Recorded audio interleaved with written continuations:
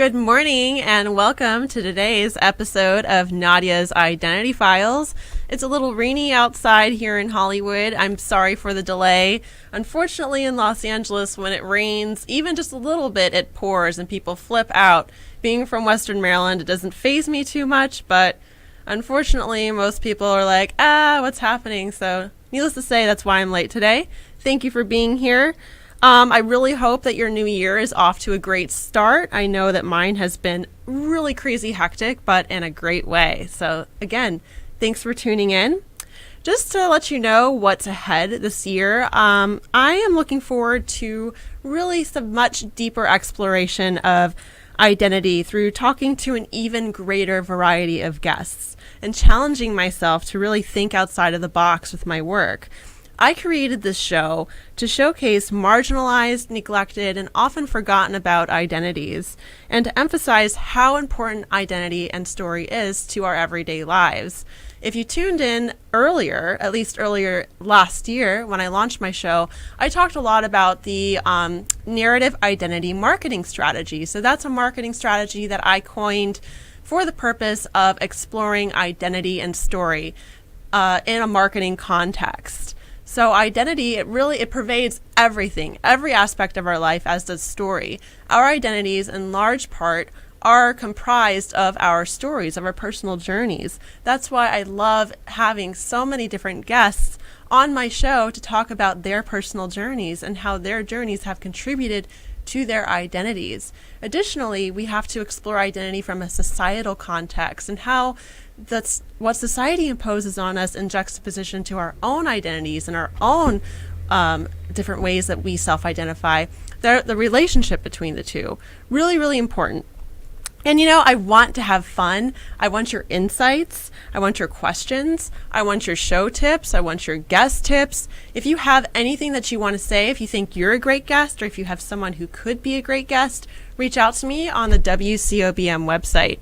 I am eager to hear from you. And today's segment is super special because my guests not only are super amazing women, but they're also dear friends.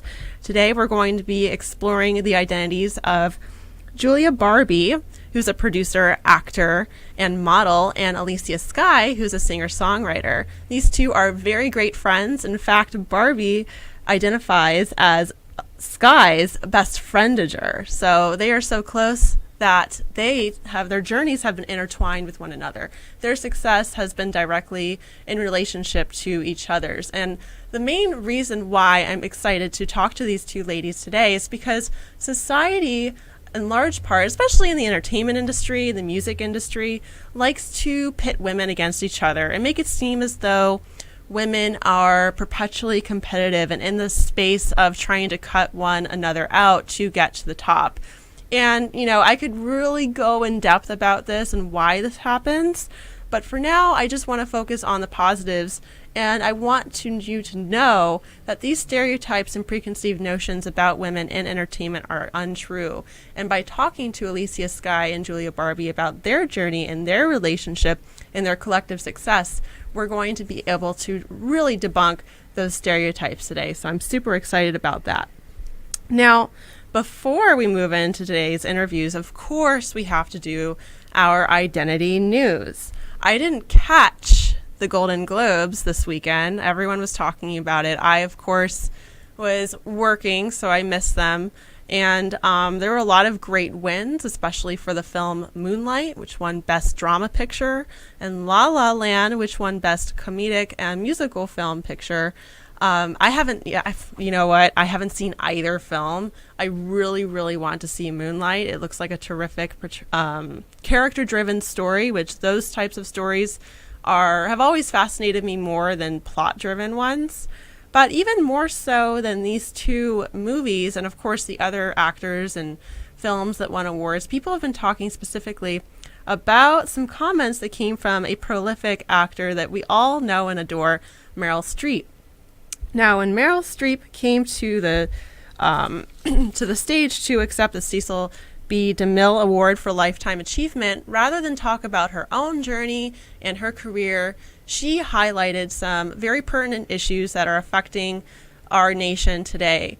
Now, she didn't address a certain person specifically, but we all know to whom she was referring. She came to the stage and let everybody know that our identities, our being people in the entertainment industry, people in Hollywood, very diverse, colorful group of people from all backgrounds, including different religious backgrounds, different sexualities, different ages, different ethnicities, nationalities, how we are all under attack. These are her words, not verbatim. I'm summarizing here. How we are under attack by an administration or a forthcoming administration rather, who's oppressive and marginalizes these groups of people, and how we must come together and be strong at this time. Because, there's been an increasing divide and an increasing just kind of a really negative feeling in the air, especially towards the end of 2016. That's why so many people kept talking about 2016 as, being a bad year, on, and 2017 marking the beginning. Well, she rallied against President-elect Trump on, but it was a wonderful speech. You can Google it. You can Google Meryl Streep's name and the Golden Globes and pull it up and listen to it. Long story short, though, our friend, President-elect Donald Trump, wasn't too happy, not surprising, with this speech, and he took to his favorite outlet, his favorite social media outlet. I think you can guess what that is. Good old Twitter. He got on there and started tweeting away about how Meryl Streep is overrated and this and that and the other. But, that's fine. He has the Rockettes performing at his inauguration, so all is well in Trump's world at the end of the day, right?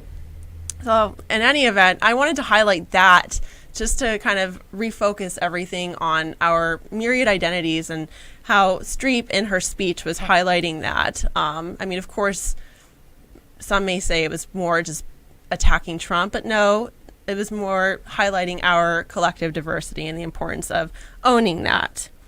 And speaking again on identity, the identity exhibit is just called Identity, is still at the Annenberg Space for Photography in Century City. This exhibit features different lists. So you have different lists of photographs depicting different groups of people, such as the trans list, the women's list, the out list, and so on and so forth. I have yet to check it out. I've seen pictures, I've read articles. It looks super incredible, especially in its exploration of myriad identities. I'm looking forward to checking it out. I'm going to reach out to the photographer and see if I can get in touch with him to discuss his inspiration for this exhibit. His name is Timothy Greenfield Sanders. So again, the Annenberg Space for Photography in Century City. That exhibit will be up until February 26th. So check it out.